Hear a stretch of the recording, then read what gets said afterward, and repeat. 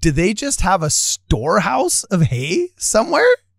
Like, I know that they got like wheat cans, and I know that like they got their own peach farms and they can their own peaches and stuff, but I've never heard of a donation of alfalfa. This is gonna be the best day ever. This is gonna be the best day ever. Wake up. Welcome, ladies and gentlemen, back to Ward Radio. I am your host, Cardinellis. Today I'm joined via Zoom by the Associate Professor of all things apocryphal, Jonah Barnes. And we're going to be talking today about a big church donation of hay to Panhandle ranchers.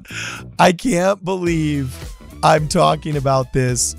I've heard the church has donated a lot of things in the past, but hay? I've never heard of a church donation of hay. Jonah Barnes, tell us what's going on, my man. Okay, so we like to cover some of those less intuitive things that the church donates. You mean look, KFDA News 10 in the Panhandle isn't, the church newsroom, bro? Okay, keep going. Yeah, not the biggest. The church, look, let's face it. I love you, church. We love you, church. You suck at telling everybody all the great stuff you do. You're terrible at it. You're just not good at it. Okay? It's that stupid suburban 1960s, like, oh, well, by donate anonymously, we mean don't tell anybody, so that when everybody that hates us says that we're a bunch of greedy people with our money, that it actually looks and kind of seems true, so that we can just like think that like we've got this mansion in heaven. And it's so stupid, because first off, it's okay to say what you've done charitably with money, if not just as an act of transparency. But two, so other people understand, look, we did it, so can you, Like, well, and that's why you have us, church. Okay. That's why you have us to brag about you, because you suck at bragging about yourself. So that's why you have us, and why you pay us a ton of money. The church pays us a lot of money, bro. A lot of money, Cardin. It's zeros and zeros of dollars. Yeah. Okay. And zeros and zeros. All right. So, yes, there has been wildfires in the Panhandle in Texas. If you didn't know, Texas has a panhandle. Yeah. Which is a handle on the top of Texas, so that if you need to whack California over the head with something, you can just grab Texas, just hit it over the head. Okay. Stop ruining our country. Yeah. And so the Panhandle has experienced some terrible wildfires, and they've been burning everything. And there's a lot of ranchers up there, and cows eat a lot of hay. And it costs a lot of money to feed cows. And so you burn all the hay, they starve. Latter-day Saints is donating sorry. 600. I'm sorry I did that to you, Jonah. That's okay. Yeah, I totally just stepped on what you're trying to say. I was trying to press the mute button. But anyway, So anyway, as you were saying, we're just gonna be playing this video. So this video, you go ahead and play the video. It's real short, but it'll just give you a little glimpse of what's going on. Okay, so here we go. Beginning of the video, go.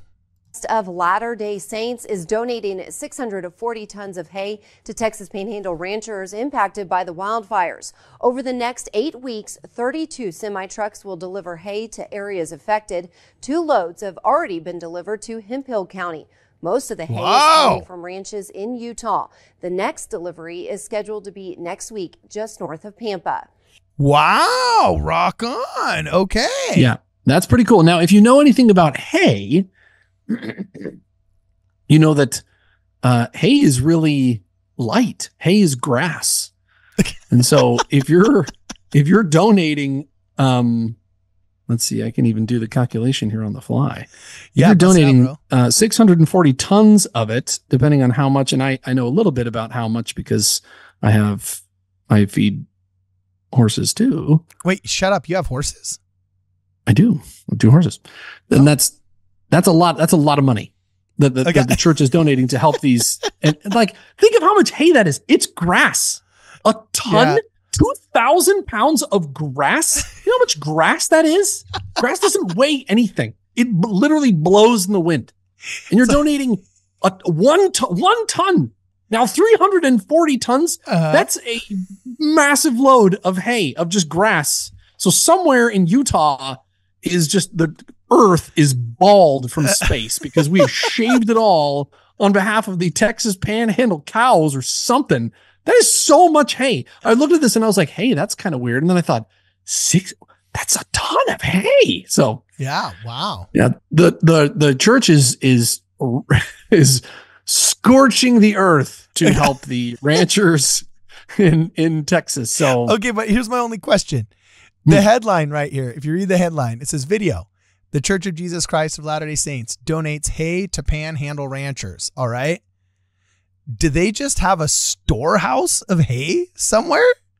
Like, I know that they got like wheat cans, and I know that like they got their own peach farms and they can their own peaches and stuff, but I've never heard of a donation of alfalfa, nor am I aware of any kind of giant, like, how do you store? So did they just purchase a bunch of hay from local Utah farmers? Yeah, maybe that's what they did. You know, hey, we'll buy out whatever surplus you have.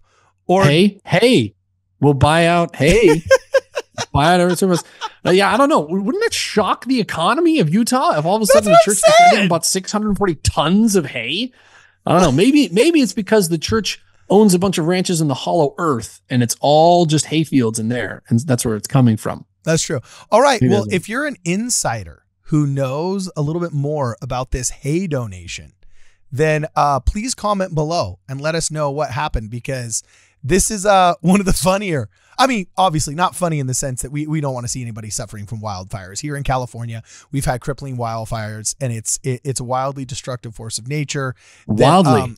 Yes, wildly. Oh, well, yeah. Not underneath the 10 freeway. That definitely wasn't wild. But anyway, yeah, it's a wildly destructive force, and leaves nothing but, misery and destruction in its wake, and the relief that must be given to these ranchers who had their previous hay supply destroyed.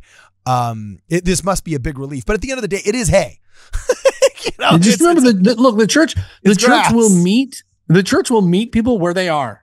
Yeah. If you need hay, if that's what you really need, we're going to figure out hay for you. If you need, a goat or whatever, like the church is going to, okay, that's what it's going to help you with. The wild thing too, though, is that it's like, there's somebody that probably went the extra mile to make this happen, because it's an unusual donation, I'm sure. And they probably had to move mountains and put a lot of hard work into it. Right.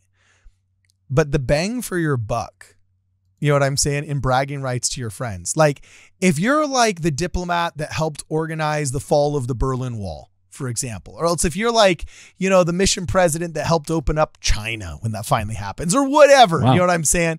Like, you probably put in the same amount of work, but like when you sit around the dinner table at Thanksgiving and people are like, so what'd you do this year, Steve? You're like, well, I organized the largest donation in church history of alfalfa to Texas. People are like, what?